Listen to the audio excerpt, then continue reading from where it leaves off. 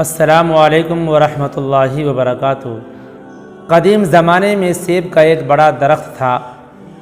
اس درخت کے قریب ہی ایک چھوٹا لڑکا رہتا تھا۔ اس لڑکے کو روزانہ اس درخت کے پاس آنا اور کھیلنا اچھا لگتا تھا۔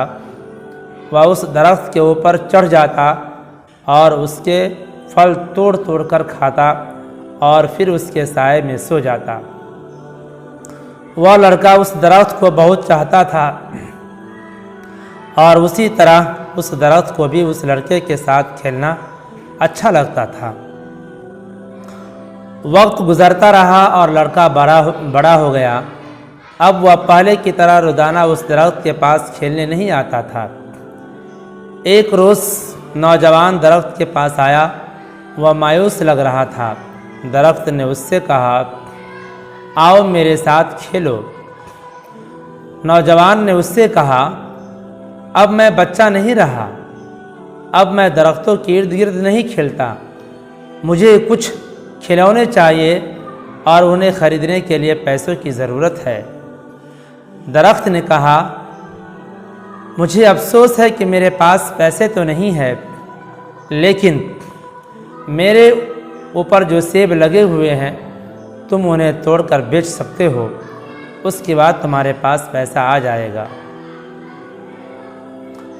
نوجوان بہت خوش ہوا اور اس نے درخت کے سیب توڑے اور خوشی خوشی چلا گیا۔ سیب توڑنے کے بعد نوجوان واپس نہیں آیا تو درخت کو مایوسی ہوئی۔ ایک دن وہ نوجوان آیا، اب وہ جوان ہو چکا تھا۔ درخت بہت خوش ہوا۔ اس نے جوان سے کہا، آؤ میرے ساتھ کھیلو۔ حسب توقع یعنی حسب امید آدمی نے انکار کر دیا، میرے پاس کھیلنے کا وقت نہیں، میرے لیے ضروری ہے کہ میں اپنے کنبے کے لیے کام کروں، ہمیں رہنے کے لیے ایک مکان کی ضرورت ہے، کیا آپ میری مدد کر سکتے ہیں؟ درخت نے اس سے کہا، افسوس ہے کہ میرے پاس کوئی گھر نہیں ہے، پھر بھی اپنا گھر بنانے کے لیے تم میری ٹہنیاں کاٹ سکتے ہو۔ اس آدمی نے درخت کی ساری ٹہنیاں کاٹ لیں اور خوشی خوشی چلا گیا۔ اسے خوش دیکھ کر درخت خوش تھا، لیکن اس وقت کے بعد آدمی اس کے پاس واپس نہیں لوٹا تو درخت کو پھر سے تنہائی اور مایوسی کا احساس ہونے لگا۔ ایک دن پھر جب دھوپ نکلی ہوئی تھی اور گرمی کافی زیادہ تھی، وہ شخص آیا۔ اسے دیکھ کر درخت خوش ہو گیا اور حسب عادت اس سے کہا کہ آؤ میرے ساتھ کھیلو۔ آدمی نے کہا، میں بڑا ہو گیا ہوں اور چاہتا ہوں کہ سمندر میں سفر کروں تاکہ خوشحال ہو جاؤں، کیا آپ مجھے ایک کشتی دے سکتے ہیں؟ درخت نے کہا، میرے تنے سے اپنی کشتی بنا لو، اس سے تم دور تک سفر کر لو گے اور خوشحال ہو جاؤ گے۔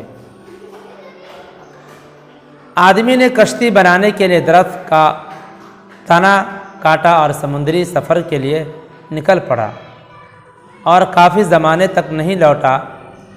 سالوں بعد وہ شخص پھر آیا۔ درخت نے اس سے کہا، اے میرے بیٹے، مجھے افسوس ہے لیکن میرے پاس اب کچھ بھی نہیں ہے۔ اس نے کہا، اے میرے بیٹے، مجھے افسوس ہے لیکن میرے پاس اب کچھ بھی نہیں بچا ہے جو میں تمہیں دے سکوں، تمہارے لیے ایک سیب بھی نہیں بچا ہے۔ اس آدمی نے کہا، کوئی بات نہیں، میرے پاس اسے کھانے کے لیے اب دانت ہی نہیں ہے۔ درخت نے کہا، میرا اتنا بھی نہیں بچا کہ تم اس پر چڑھ سکو۔ اس شخص نے کہا، اس پر چڑھنے کی اب میری عمر نہیں رہی۔ درخت نے روتے ہوئے کہا، حقیقت میں اب میں تمہیں کچھ نہیں دے سکتا، آخری چیز جو میرے پاس ہے وہ میری جڑیں ہیں۔ اس وقت اس آدمی نے کہا، اب مجھے زیادہ چیزوں کی ضرورت نہیں ہے، اب مجھے ایک ایسی چیز چاہیے جہاں میں آرام کر سکوں، زندگی بھر کام کر کے تھک چکا ہوں، پرانے درخت کی جڑ ٹیک لگانے اور آرام کرنے کے لیے سب سے بہتر جگہ ہے۔